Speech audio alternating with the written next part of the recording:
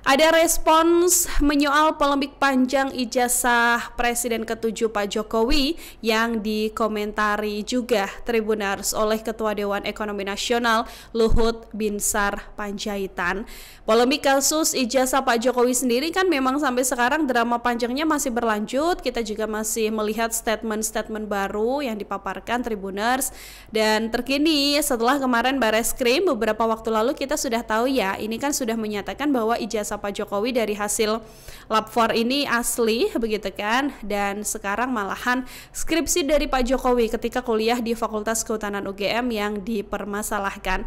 Menanggapi hal tersebut, Luhut Binsar Panjaitan ini meminta publik untuk tidak membicarakan hal-hal yang tidak perlu karena menurut Luhut ini lebih baik masyarakat mencermati keadaan dunia dan dampaknya bagi bangsa Indonesia, karena seluruh elemen bangsa ini menurutnya juga harus kompak dalam menangani berbagai kejadian di dunia, baik itu juga kondisi yang terjadi di Indonesia, Tribuners. Bahkan saking keselnya ya, ini Opung Luhut ini juga sampai bilang jangan sakit jiwa semua deh gitu, Tribuners. Dan Luhut ini meminta agar semua hal ini tidak perlu dibesar-besarkan, tidak perlu berbicara sesuatu yang tidak perlu begitu kan, karena memang harus melihat banyak aspek juga yang sekarang harus diurus. Luhut ini juga tidak ingin persoalan ijazah ataupun skripsi dari Pak Jokowi ini nantinya bisa membebani pemerintahan yang sekarang di tangan Presiden Prabowo Subianto. Luhut kemudian menilai masalah ijazah dan skripsi Pak Jokowi sedianya tidak perlu dipersoalkan lagi.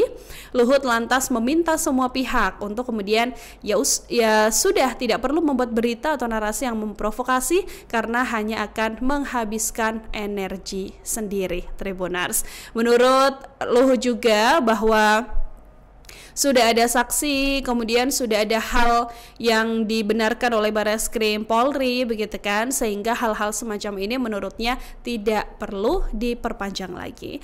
Download Tribun X sekarang, menghadirkan lokal menjadi Indonesia.